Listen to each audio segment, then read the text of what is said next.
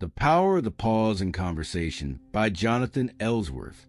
Published by Audiobooks HUB. Introduction. Silence. Just a few seconds of it can feel like an eternity. In a world addicted to speed, noise, and instant replies, silence is often misinterpreted. We rush to fill the gaps in conversations, afraid that a pause might signal awkwardness, ignorance, or lack of confidence. But what if I told you that silence, intentional, strategic silence, might be the most powerful tool you're not using in your conversations? I didn't always believe in the power of the pause. Like many people, I thought communication was about saying the right thing at the right time, emphasis on the saying. But somewhere along the way, I began to notice something curious. The best communicators weren't the ones who spoke the most or the fastest.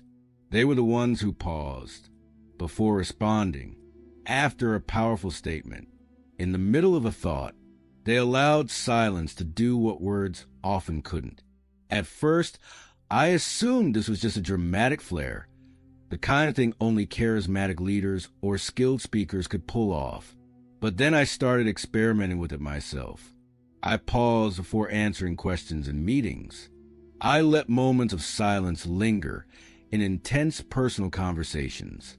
I allowed space for others to fill the air or for the silence itself to speak. What I discovered was transformative. People listened more closely. I felt more in control. And conversations took on a depth they never had before. This book is about that transformation. It's about learning how to harness the underestimated, misunderstood force of the pause. Whether you're leading a team, resolving a conflict, connecting with a loved one, or simply trying to be more present in daily conversations, the pause can give you an edge, not by overpowering others, but by creating space for understanding, emotion, and meaning to rise.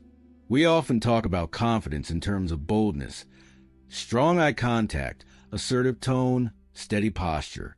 But the pause? It's the quiet kind of confidence.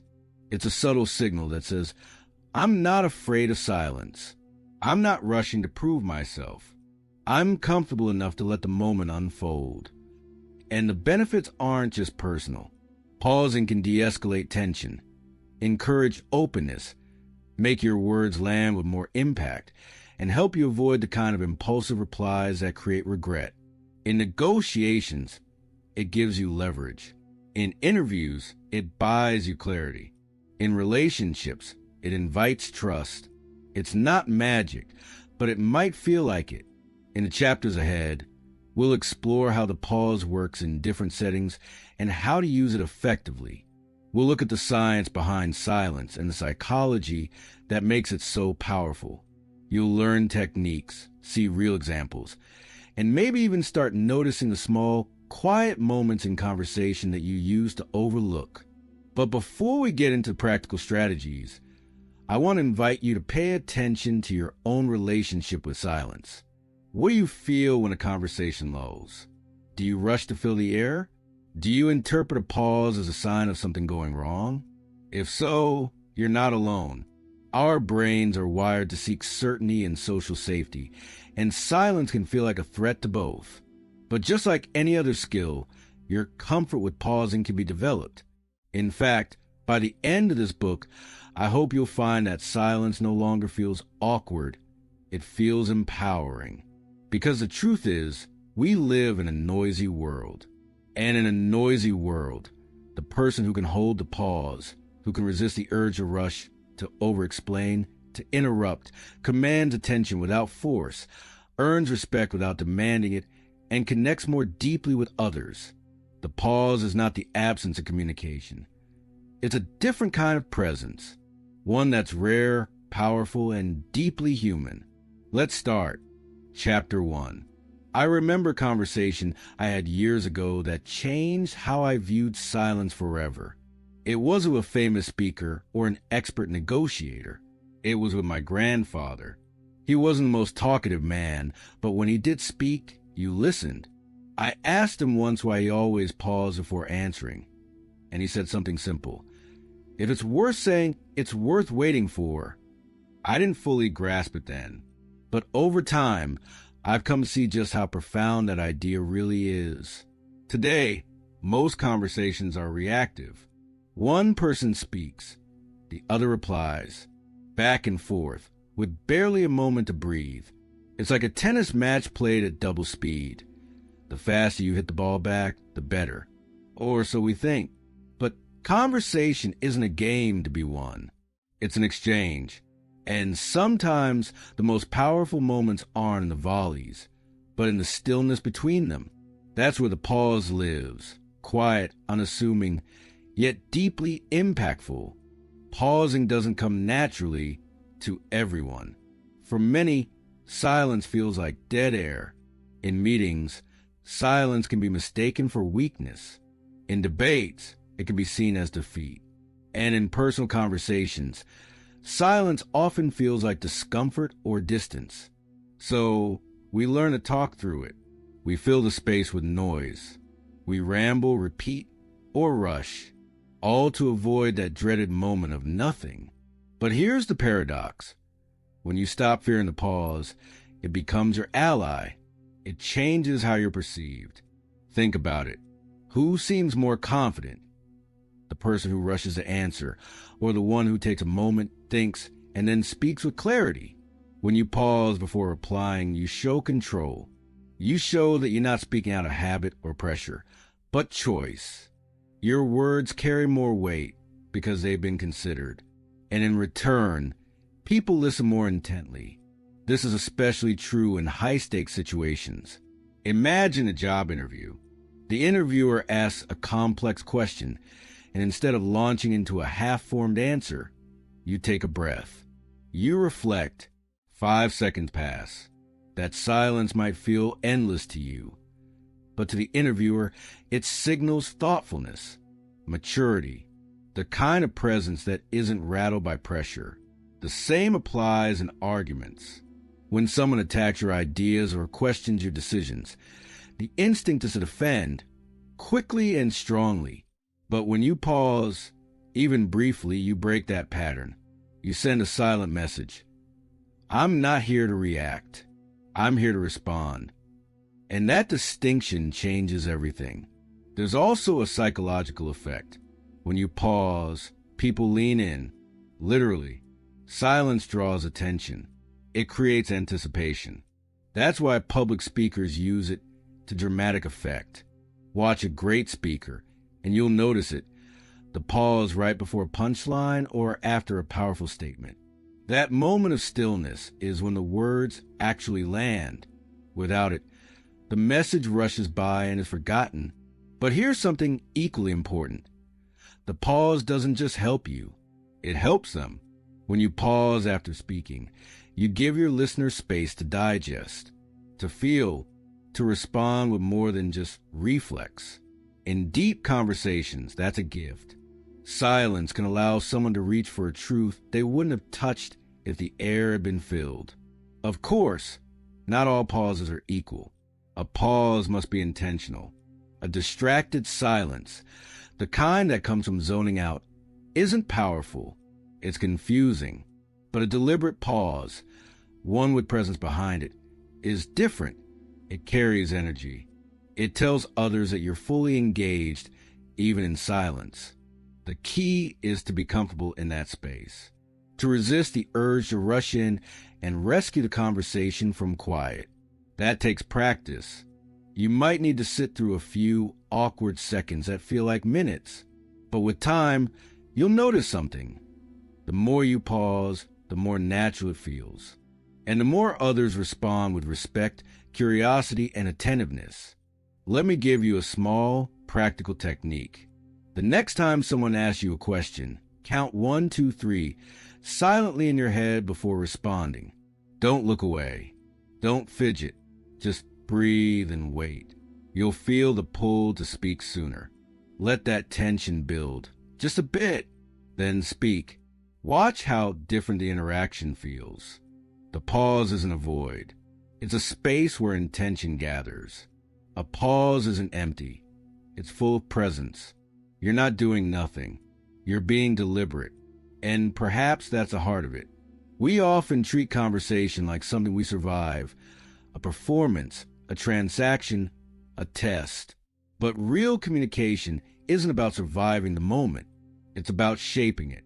And nothing shapes a moment more cleanly than a pause in just the right place. This chapter isn't about a dramatic transformation. It's about a small shift from reflex to choice, from reaction to presence. It starts with a breath, a beat, a second of stillness that says, I'm here, I'm thinking, I'm not afraid to wait. In that space, something subtle changes. Words matter more. Emotions surface. Respect grows. And you begin to feel, maybe for the first time, that you're not just part of the conversation. You're leading it. Chapter 2. If you've ever watched a master negotiator at work, you'll notice something unexpected. They don't talk as much as you might think. In fact, they often say very little. But when they do speak, every word seems to matter. And in between those words, silence. Long, deliberate pauses that most people would be too uncomfortable to hold. That silence isn't empty. It's strategy. It's pressure. It's power. Let's talk about why the pause is one of the most potent tools in negotiation, influence, and persuasion. Most people imagine that persuasion is about saying the right thing, crafting perfect arguments, presenting flawless logic, or overwhelming the other person with confidence. But the truth is, people aren't just influenced by what you say. They're influenced by how you say it and when you say it. A pause at the right moment can make a point land harder than any raised voice. Here's a classic example. You make a proposal, then pause. Most people rush to explain or justify, filling the silence with reasons. But when you simply make your point, clearly, calmly, and don't rush to fill the space, something interesting happens. The other person starts thinking. They sit with your words. Sometimes they even start negotiating with themselves. The pause gives them time to absorb the idea instead of reacting defensively. Silence, in this way, becomes a form of pressure, not aggressive, but confident. It says, I've made my offer. Now I'll wait. And in that space, the other person often feels a need to respond. Not because you pushed them, but because you didn't. In high-stakes conversations, this technique can shift the power dynamic. Imagine a salary negotiation. You state what you want, based on the responsibilities and market rate. I'm looking for something in the range of $75,000. Then you pause. No nervous laughter, no. But of course I'm flexible. No backpedaling. Just quiet confidence. Let your words settle. The silence that follows might feel uncomfortable, but that's the point. It creates weight. Of course, this kind of pause requires inner calm. You have to resist the very human urge to keep talking, to explain, to soften the ask. You need to be okay with tension. That's why mastering the pause isn't just a conversational trick. It's an emotional discipline. And there's more. The pause also gives you space to assess. When the other person responds, do they hesitate? Do they shift their tone? Are they defensive, open, curious? That short silence gives you more data than any rushed response ever could. There's a psychological term known as cognitive dissonance, the mental discomfort people feel when holding two conflicting beliefs. When you pause after presenting a strong idea, you create just enough discomfort to encourage change, not by arguing, but by letting your listeners sit in the gap between what they believe and what you just said. In leadership, this technique is just as useful. A team member comes to you with a problem, expecting a quick solution. Instead, you listen, nod, and then pause. You give the problem space to breathe. Sometimes, in that pause, they solve it themselves, or they reveal more than they intended. Silence invites truth. This applies in personal relationships. 2. We often listen to respond, not understand. But when you pause, really pause, after someone speaks, they feel seen.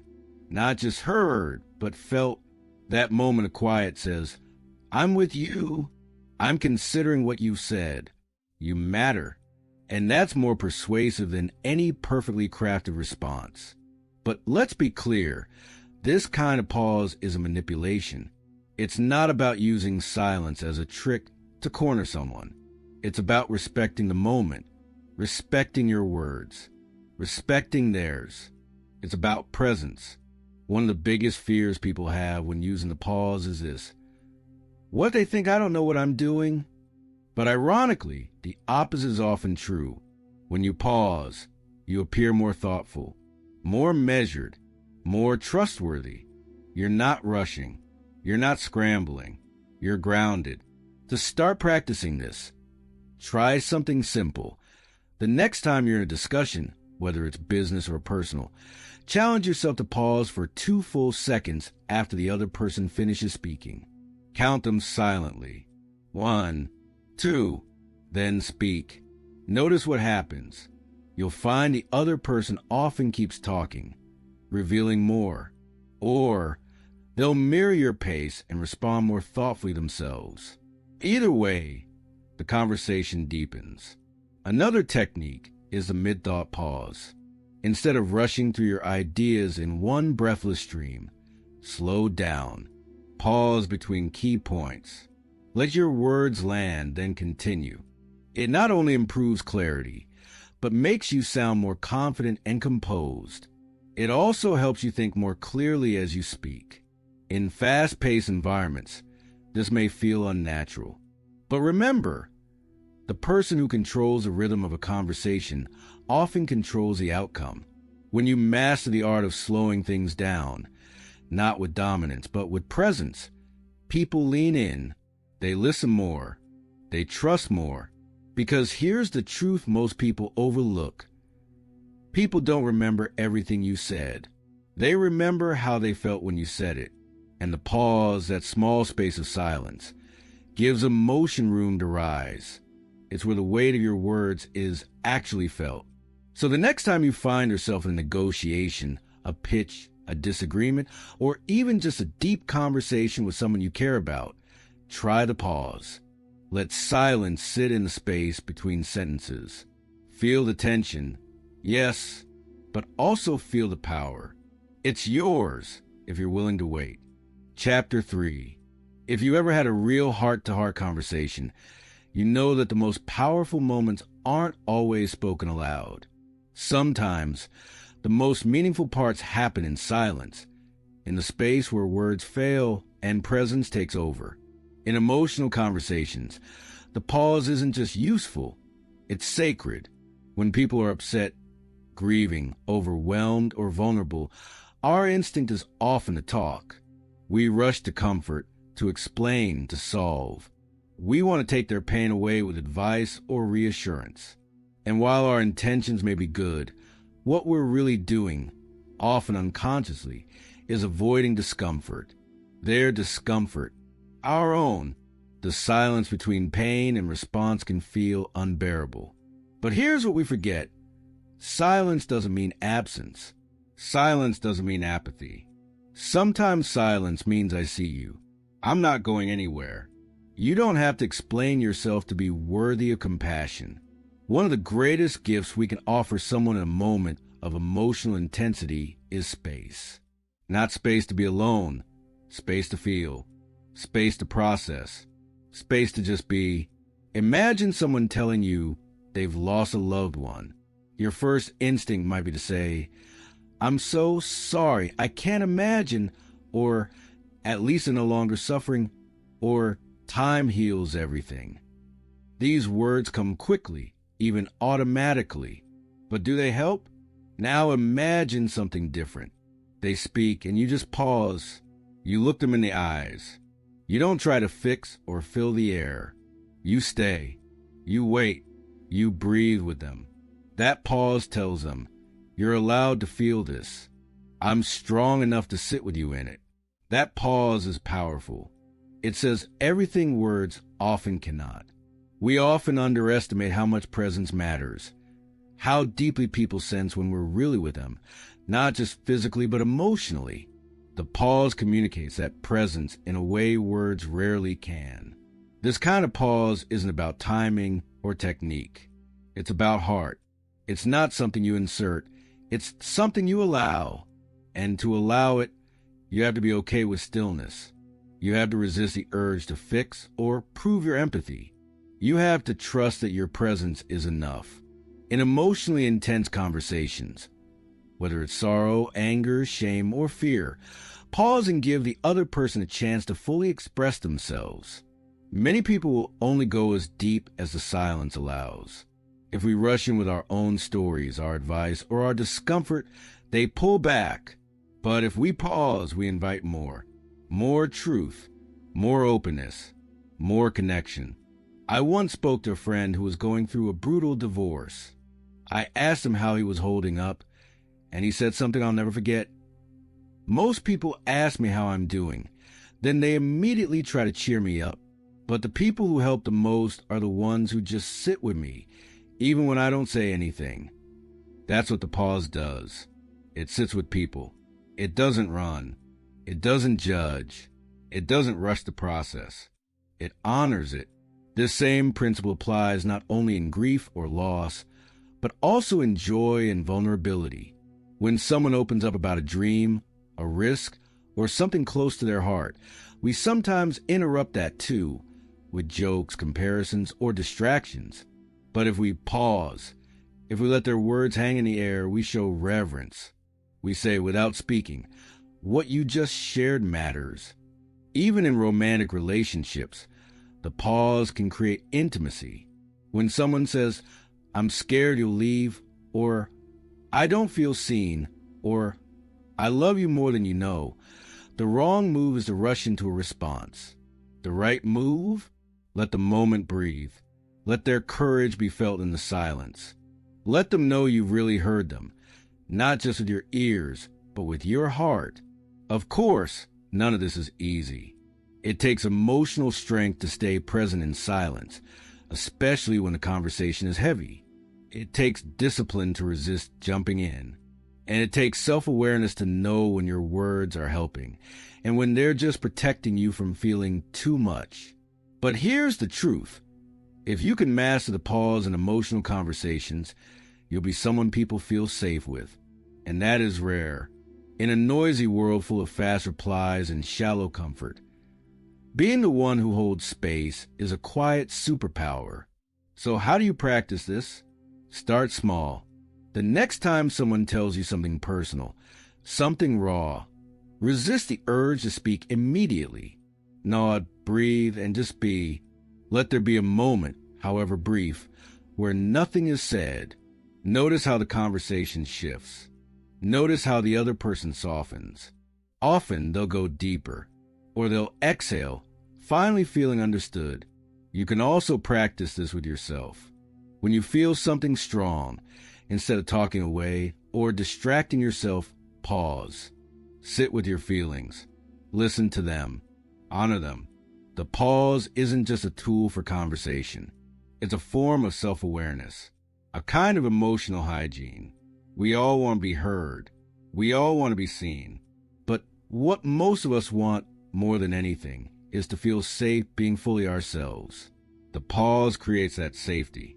It makes space for the real stuff, the hard stuff, the beautiful stuff.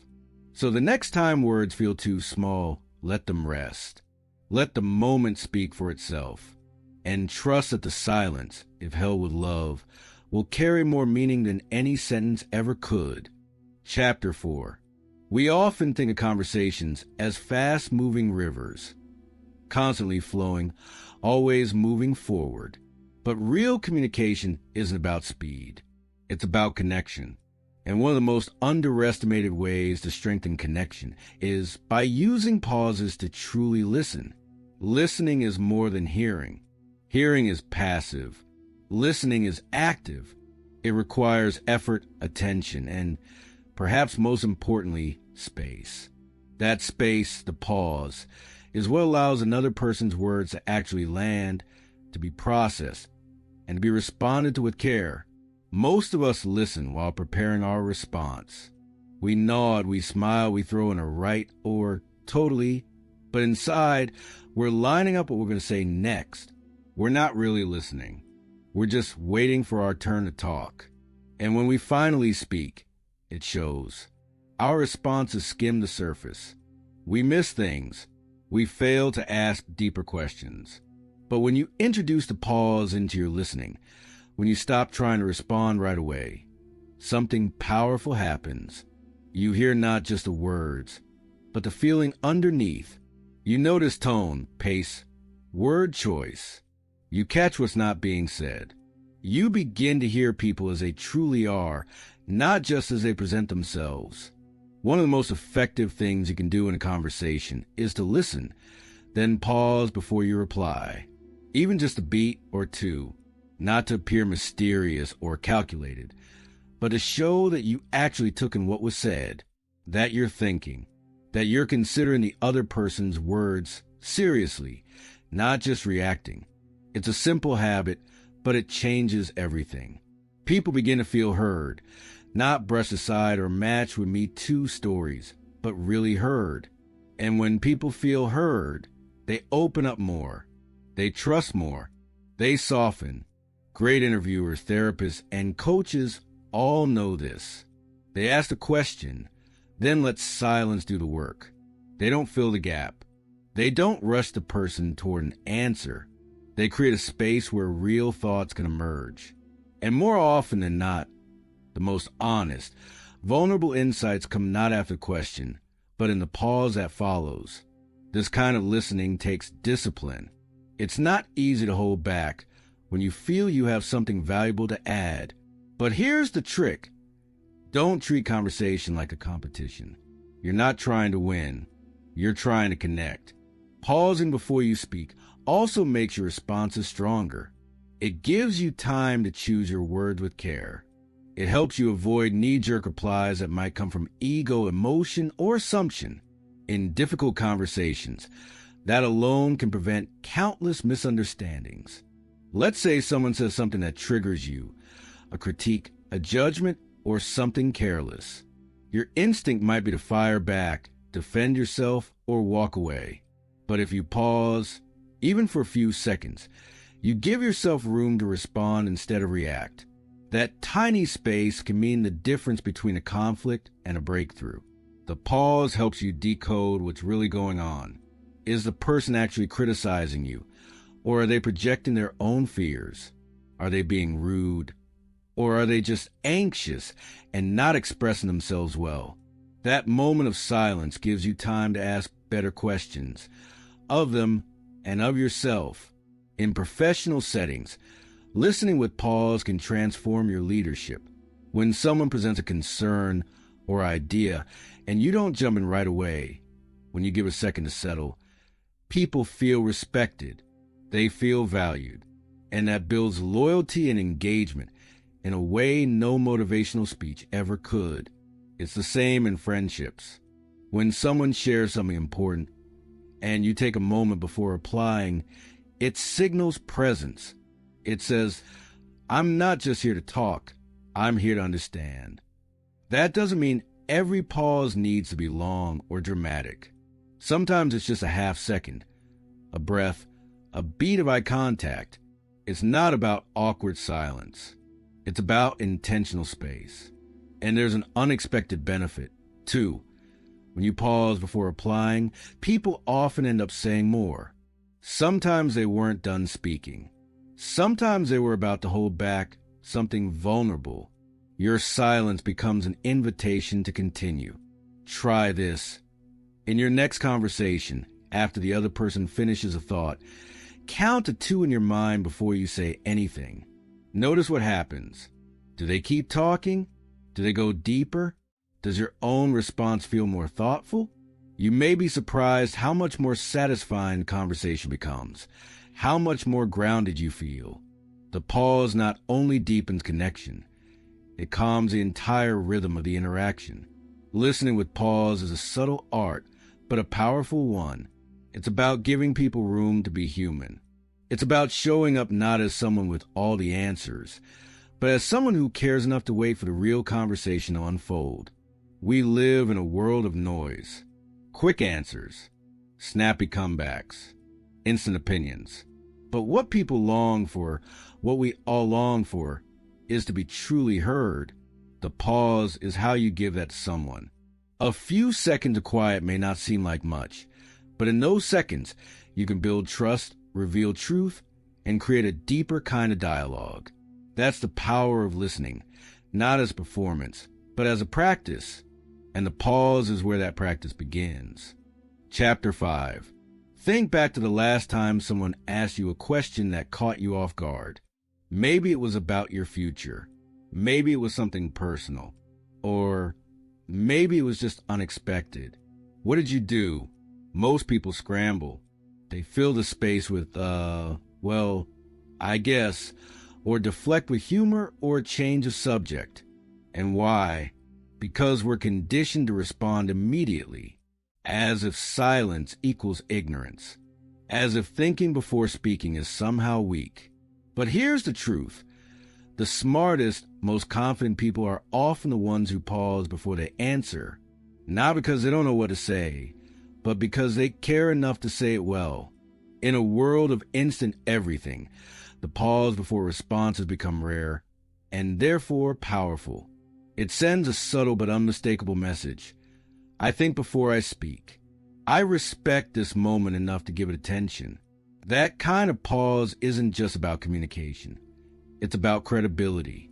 Whether you're in a job interview, a business meeting, a debate, or even a date, the pause before answering a question is a tool that sets you apart.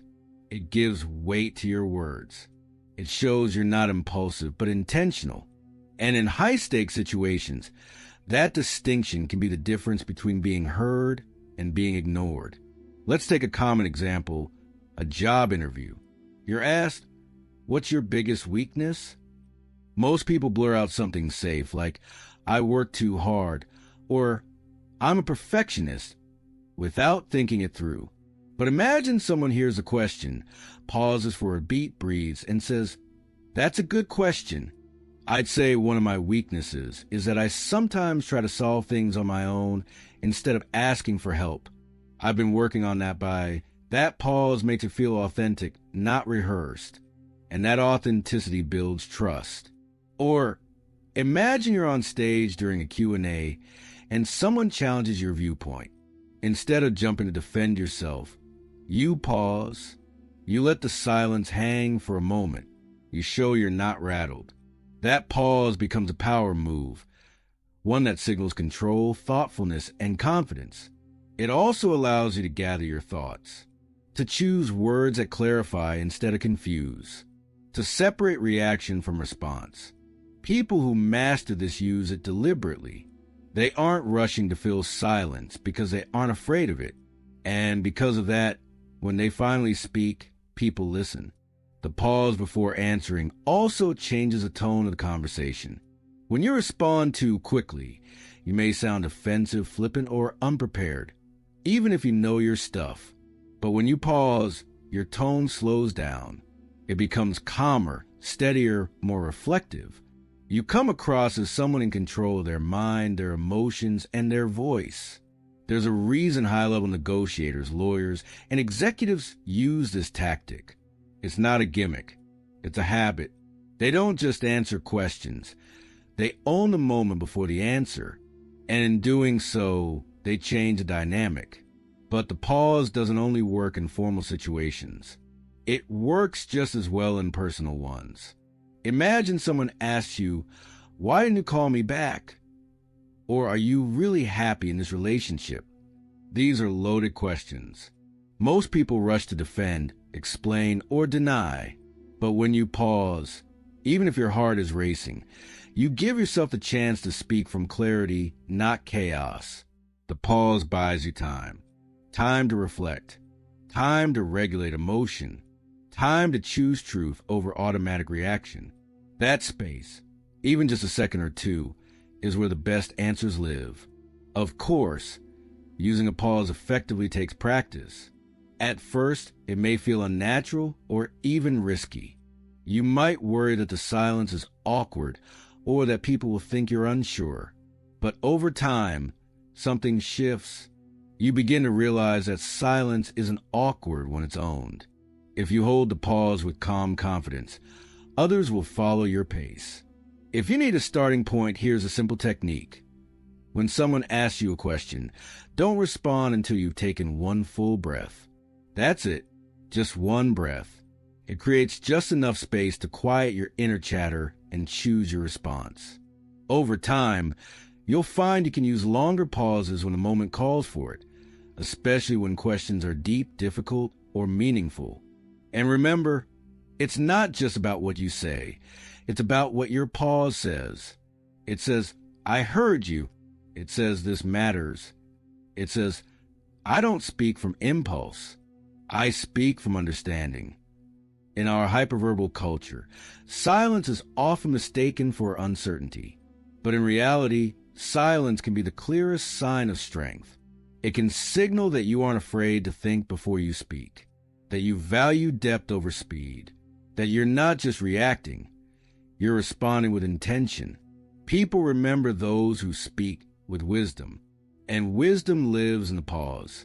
So, the next time someone asks you a hard question, or even a simple one, try this. Don't rush. Don't reach for the safest answer. Don't fill the air. Just pause. Let the moment breathe. And then, when you do speak, say something that matters. Chapter 6. Some of the most powerful moments in communication are not about what's said, they're about what's felt. And often, what's most deeply felt is delivered not through clever phrasing or passionate delivery, but through silence. The pause, when used with emotion, becomes something more than a tool. It becomes a bridge between minds, yes, but also between hearts. It gives space for emotional truth to rise and be acknowledged. It's the moment where meaning finds its voice, not through more words, but through the absence of them. We've all been in situations where emotions are high, during arguments, breakups, apologies, even confessions. In those moments, most people rush to fix things, explain themselves, defend, or comfort. But real emotion doesn't need to be managed. It needs to be honored. And one of the greatest signs of emotional intelligence is the ability to hold space, to let someone feel what they feel without interruption, correction, or noise. This is where the pause becomes a gift. Imagine someone breaks down crying in front of you. Most people immediately say something, "It's okay," or "Don't cry," or "You'll be fine." Those phrases are well-meaning, but they often erase the emotion instead of holding it. Now imagine you say nothing. You sit with them. You pause. You let their feelings live in the space between you. That silence doesn't say, "I don't care." It says, "I'm here. I'm not running. You're safe to feel this." That's emotional presence, and it's rare. This type of pause takes inner strength. It requires you to resist the urge to fix, to fight your own discomfort, to realize that sometimes presence matters more than reassurance. The same is true when you're the one sharing something emotional. Many people hesitate to be vulnerable because they fear interruption, a joke, a change of topic, a rebuttal. But if you've ever spoken to someone who pauses when you reveal something personal, who doesn't fill the silence, but simply listens, you know how powerful that can be. You feel seen. You feel respected. You feel safe. When emotions run deep, the pause becomes an amplifier. It says, "This matters." It marks a moment, almost like a spotlight in the middle of the stage. And in that space, feelings become clear, not just for the listener, but for the speaker too. Let's take a moment to look at how the pause functions in emotionally charged conversations. Those difficult talks we all face at some point. You might be confronting someone, apologizing, setting a boundary, speaking your truth. If you charge into the moment with intensity, without space, the other person is likely to get defensive or shut down. But if you pace the conversation with pauses, allowing silence between thoughts, the energy softens, the other person breathes. They're more likely to stay open, to stay listening. In fact, One of the most powerful things you can do during a tough conversation is pause right after you've said something important. Don't rush to justify or elaborate. Just let it land. Let it be heard. You're signaling, I trust this statement enough to let it stand on its own. For example, I don't feel respected when you interrupt me. Pause. That beat afterward is where the gravity settles. That's when the other person feels the weight of what you said. If you immediately keep talking, I know you don't mean to, but it's just that you risk softening the message. The pause keeps it sharp, clean, real. This is also true in moments of gratitude and affection. When you tell someone, I appreciate you, or you mean a lot to me, don't follow with a quick subject change. Let it sit. Let it echo. That space makes a compliment feel true, not just polite. Emotionally intelligent people understand that meaning lives not just in words, but in rhythm. It's like music. A note is powerful, but silence between the notes is what gives it shape and impact. Without the pause, the melody is lost. When you master the emotional pause, you become someone others feel safe around. You become the person they confide in, the person they trust in moments of joy, sadness, confusion, or pain. Not because you always say the perfect thing, but because you don't need to. You understand that silence is not awkward. It's sacred, but it's important to use this type of pause sincerely. A pause that's manipulative, calculated to provoke discomfort or control, can backfire. People sense when silence is a performance versus when it's a sign of presence. The goal is not to use silence against someone, but to share it with them. So, how do you build this habit? Start by becoming more comfortable with silence in your own body. Practice sitting with your thoughts instead of rushing to fill every moment. Notice how often you speak just to avoid feeling something. The more you can sit in your own silence, the more you'll be able to offer it to others. Then, in your conversations, begin to notice the emotional moments. When someone says something vulnerable, don't rush to fill the gap. Let it breathe. When you're expressing something from the heart, give it room to land. When things get tense, pause before replying. Let the temperature cool. And always remember, the pause is not empty. It's full of emotion, of connection, of meaning. You don't have to say more to show that you care. Sometimes saying less is everything. Chapter 7. If words are the bricks of conversation, then pauses are the mortar, the invisible force that holds it all together. And while we explored how pauses can show confidence, control, and emotional depth, there's another powerful way to use them, to create impact. Every great storyteller, speaker, teacher, or leader knows this. A well-placed pause doesn't just support a message, it magnifies it. It turns a simple idea into a memorable one. It gives the listener a chance to feel what's being said, not just understand it intellectually. Consider the difference between these two sentences. You can change your life if you really want to. And you can change your life if you really want to. The second lands differently, doesn't it? The pause makes you listen closer. It creates anticipation. It breaks the rhythm just enough to wake the brain up. It's the difference between information and impact. Our attention spans are short. We're bombarded by noise all day. Texts, news, meetings, conversations, advertising. To cut through the clutter, your words have to be felt, not just heard. And one of the most effective ways to do that is with silence. Let's take storytelling, for example. Whether you're sharing something personal over dinner or delivering a keynote speech, the way you pace your story determines how it lands. Great storytellers slow down at the key moments. They pause before the punchline, before the twist, after the emotional peak. This pause isn't empty. It builds suspense. It creates space for the audience to imagine, to connect, to lean in. It invites them into the moment. The same principle applies when you're giving instructions or teaching.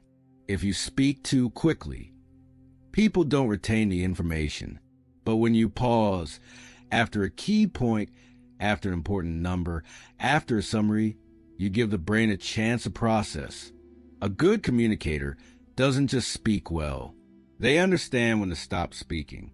Take Martin Luther King Jr.'s iconic "I have a dream" speech. Go back and listen to it. He used pauses deliberately, almost musically. He repeated phrases and let them echo. He gave the audience space to feel the vision. Without those pauses, the speech would have been just another speech. But with them, it became history. The same is true for great comedians. They know the joke lives in the timing. A pause before the punchline creates tension, and when released, it produces laughter. If they rush it, it dies. If they pause too long, it feels forced. The magic is in precise rhythm, in the silence that sets the audience up for surprise. Impact isn't about speaking louder. It's about speaking smarter. Pausing strategically helps you highlight key ideas, create tension and suspense, signal emotional depth, allow room for absorption, make your message unforgettable. Think of it like bolding your words without needing to raise your voice. But to use the pause for impact, you have to be comfortable owning the silence. Many people sabotage themselves by speaking too fast, afraid of losing their listeners' attention. Ironically, it's that speed that causes people to tune out. Pausing sends the opposite message. It says, what I'm about to say or just said matters. It signals that your words carry weight. It gives your audience permission to focus, and they will. Try this the next time you're sharing an idea or making a point. After your most important sentence, pause. Not just for effect, but to give that sentence a chance to breathe. You'll feel the shift in the room. People will look up. They'll nod. They'll remember. The pause also changes you, the speaker. When you slow down, your thoughts settle. Your breathing evens out. You begin to feel your message, not just recite it. That internal shift creates a deeper sense of connection with your audience. But here's a critical nuance. Don't overdo it. Too many pauses can feel robotic or manipulative. The key is to pause where it matters, where it enhances the meaning, where it draws attention to truth. Start by identifying your key messages in advance. What do you really want your listener to remember?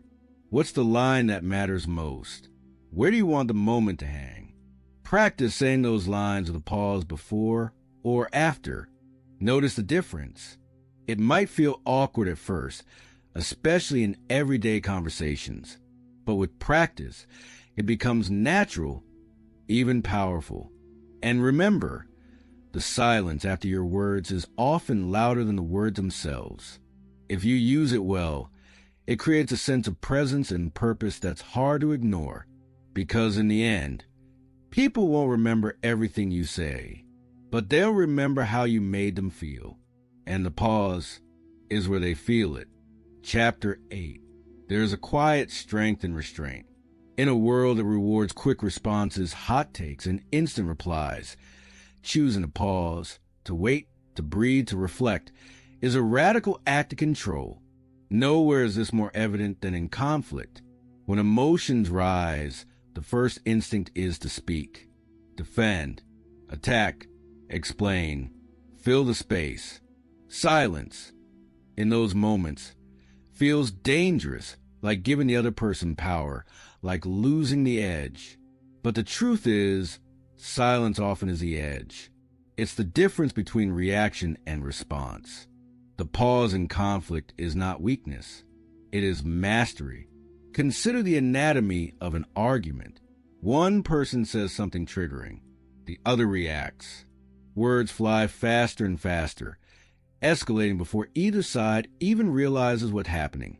The more intense the words, the more intense the consequences. Relationships strain. Respect dissolves. And usually, what's being argued about isn't even a real issue. It's just a match that lit the fire. Now picture a different path. Someone says something that stings. Instead of immediately snapping back, you pause. You feel the reaction rising inside you, the anger, the urge to defend, but you don't act on it. You let the moment hang. You take a breath, maybe even two. In that silence, everything changes.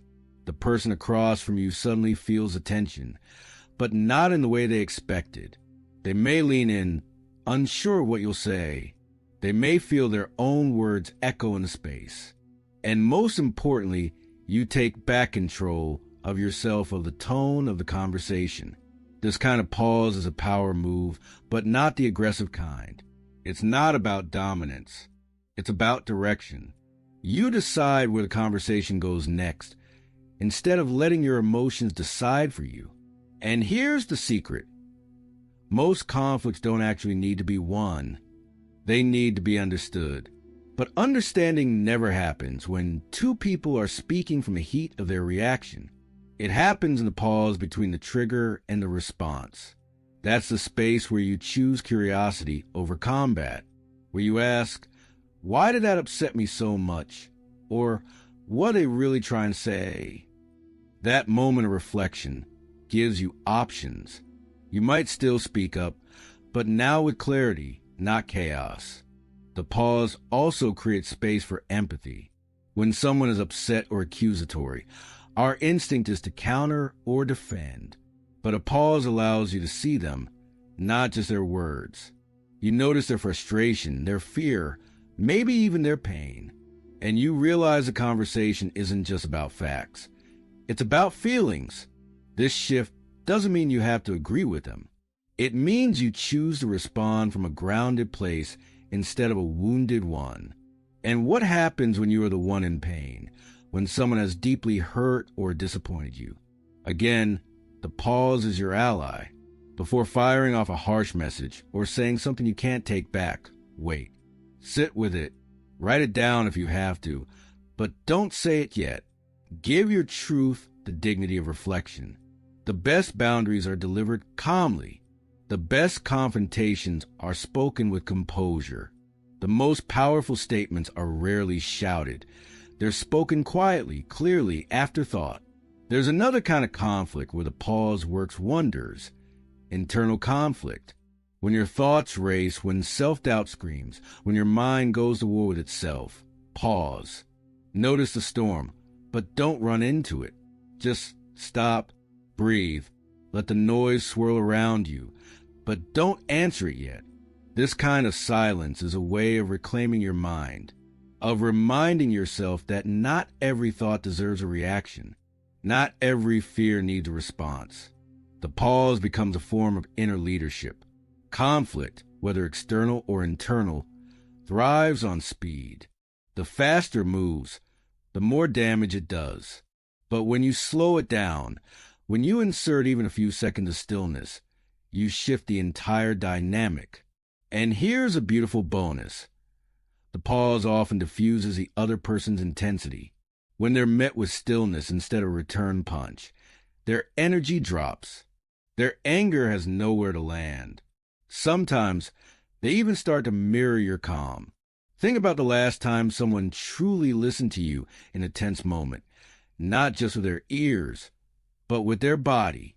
No interruptions, no defensive energy, just presence. That person likely didn't say much, but their silence spoke volumes. You probably felt heard, respected, safe. Be that person. Master the pause in conflict, and you master something rare. The ability to be strong without being loud, firm without being cruel, present without being reactive. The world doesn't need more people who can argue well. It needs more people who can pause well. Because the real strength is not in overpowering others. It's in containing yourself. The pause is your shield, your anchor, your path back to clarity when everything feels like chaos. So the next time you're in a heated moment, try it.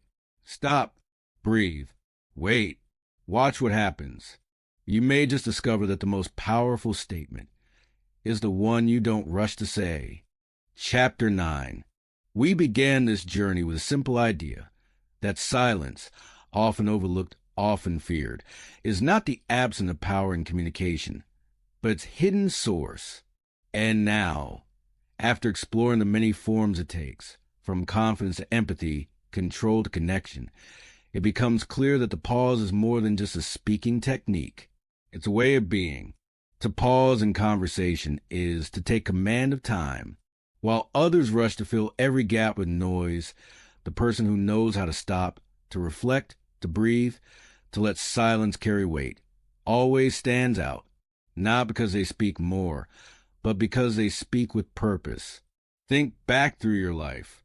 Chances are the moments that stuck with you weren't the loudest.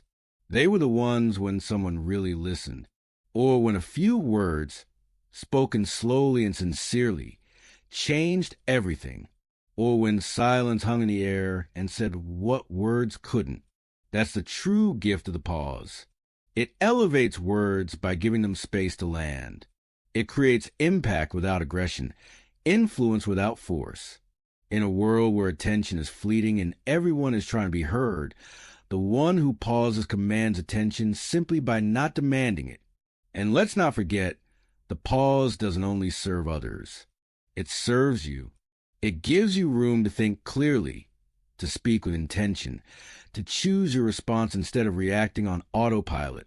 It allows you to be present with your words, your thoughts, your emotions. This presence isn't just good communication. It's good living. Many people walk through life on fast forward, speaking quickly, answering immediately, never leaving a breath between thought and action. But what if you chose a different rhythm? What if you became someone who savors conversation, who slows down just enough for others to feel safe, seen, and understood? What if you saw every pause not as a blank space to be feared, but as a sacred space to be honored? Because that's what it is. A pause is an emptiness. It's a container. And what it holds, thought, emotion, presence, power, is up to you. In difficult moments, the pause gives you control. In emotional moments, it gives you clarity. In meaningful moments, it gives you depth. And in every moment, it gives you choice. This book hasn't been about becoming a perfect speaker, or winning arguments, or manipulating outcomes. It's been about reclaiming a skill that's already within you, one you've always had, but maybe overlooked. The pause isn't something you have to invent. It's something you return to, a natural part of communication that, when embraced, turns ordinary conversations into unforgettable ones.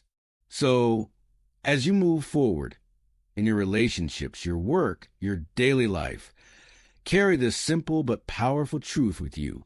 You don't have to say more to be heard. Sometimes you just have to say it, then stop. Let it breathe, let it land, let it matter, and watch how everything changes. Because the most powerful tool in any conversation is the moment you don't fill with words.